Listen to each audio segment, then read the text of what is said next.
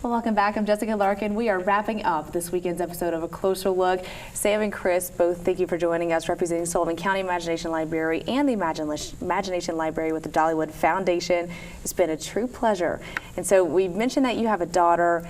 I have a daughter. We mentioned beforehand that there's the reading tips and the newer paperback books that are involved with the program. How did you use the books with your daughter, and what a difference did it make? Well, we had several commitments that we made very, very early on. One was that there would be a very set time every night to set aside to read just before bedtime. And believe it or not, we still do that. It's amazing the kind of things that you share when you're reading. Mm-hmm. As you're reading the book, questions come up, emotions come out. It is just a fascinating bonding time that allows you to have that relationship building with your children. And we've continued it, even though I travel. There have been many days when we've Skyped. We've gone on the computer and I've read the book from a long distance, or Mommy's read the book and I've been there with them. Right. And we've continued it to this day. So there's always that personal time. The children love the books so much, they're going to bring them to you and say, read to me, read to me. Well, in this day and age, with so much demand on parents' time, to where you have hardly any time at all because nobody works 40 hours anymore. Right. The 60-hour work week's the new norm. The 60-hour work week is typical. Having a book right there ready, at your ready, that's age appropriate, that hits a sweet spot, and that the children are enjoying is just magic. It's just magic. Having it delivered to your door, you don't have to go shopping for it. And inside the book, on the back, is a series of tips as to how to do it if you feel uncomfortable about reading to your children. There's a number of tips about how to get the most benefit out of each book. So seasoned pro there, as you can tell, holding the book around. Right. Well, when you go to the class, you have to read the Gruffalo this way. So talking about, it's funny that you mentioned technology in there, Skyping in to read. Yes. Where are we going in the future with this program? Is this something that's here to stay for a while?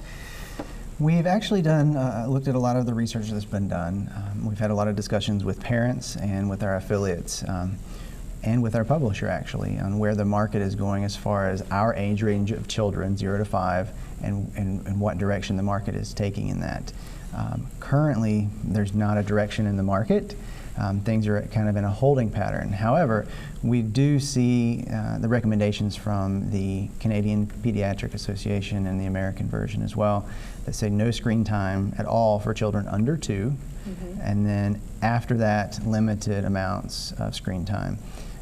Even if we were to introduce an e-book or some kind of digital content on an iPad or an iDevice of some sort, the reading comprehension goes down because of all the other things that can go on those types of devices. So at this point in time, we've had overwhelming feedback that families love traditional books. They like to hold the paper books. They like the bonds that are formed by a kid cuddling on your lap, reading the book, and holding an iPad. Or a Nook or a Kindle. It's just not quite a totally different experience. Now we understand, having to Skype in though, but and the imagination level is completely different because they're able to act out things, and they're acting it out with a live person, with one that they love. So the imagination that comes out of reading is priceless. It's just priceless.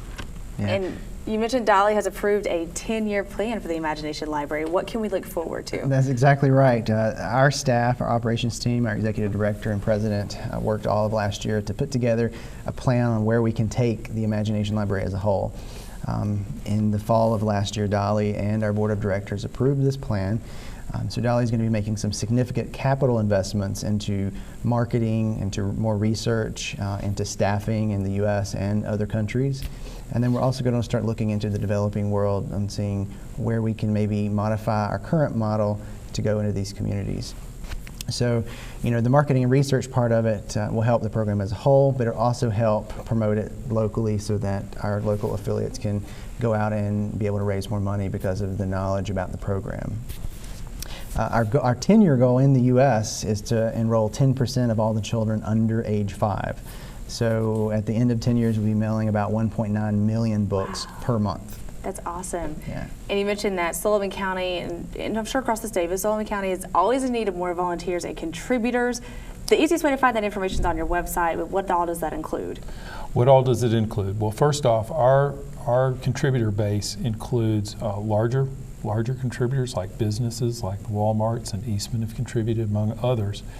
But we're truly supported by a ton of individuals. And it's important to note that we do no mailings to any parent that is receiving books. Mm-hmm. This has to come without any strings at all. Right. So if you're receiving a book, you're not in the gonna ask them program, for money. we're not asking you for money. But we are seeking contributors. Yes. We really need contributors to support the program. For us to run the Sullivan County program, where we have 6,000, close to 6,000 books a month that we mail out, and with a cost, with the deferred cost that the Governor's Books from Birth Foundation takes on, we have our own responsibility for a little over $6,000 every month. And that breaks down to, I think each book's what, $2.10, and then the state for Tennessee pays half that, so $1.05 per book. So that's why we need those contributors. That's why we need them. Find all that information on your website. Guys, thanks for joining us so much. Thanks for having us. We'll see you next weekend.